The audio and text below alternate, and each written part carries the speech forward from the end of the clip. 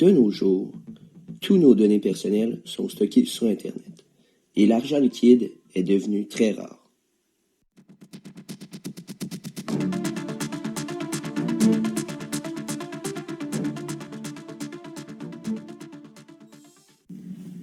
Nos méthodes ont changé.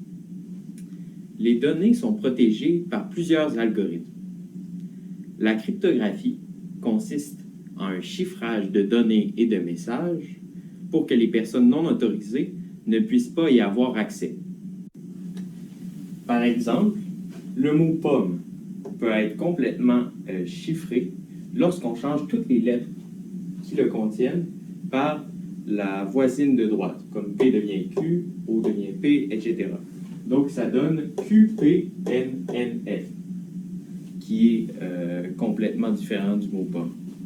C'est sûr, il existe aussi plusieurs autres manières de crypter qui sont plus difficiles, plus compliquées que cette manière de substitution.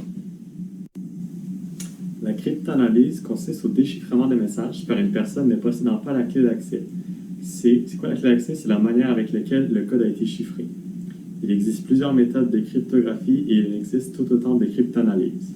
Nous pouvons essayer maintenant de décrypter notre mot de départ, QPNNF. Essayons de décaler les lettres vers la droite.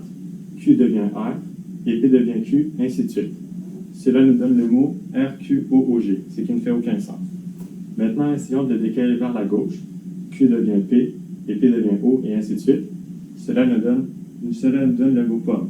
Nous avons donc réussi à retrouver notre mot de départ.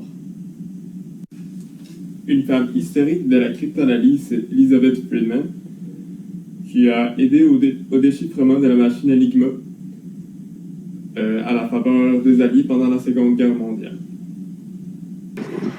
On en conclut que la cryptographie est un élément essentiel de notre vie privée.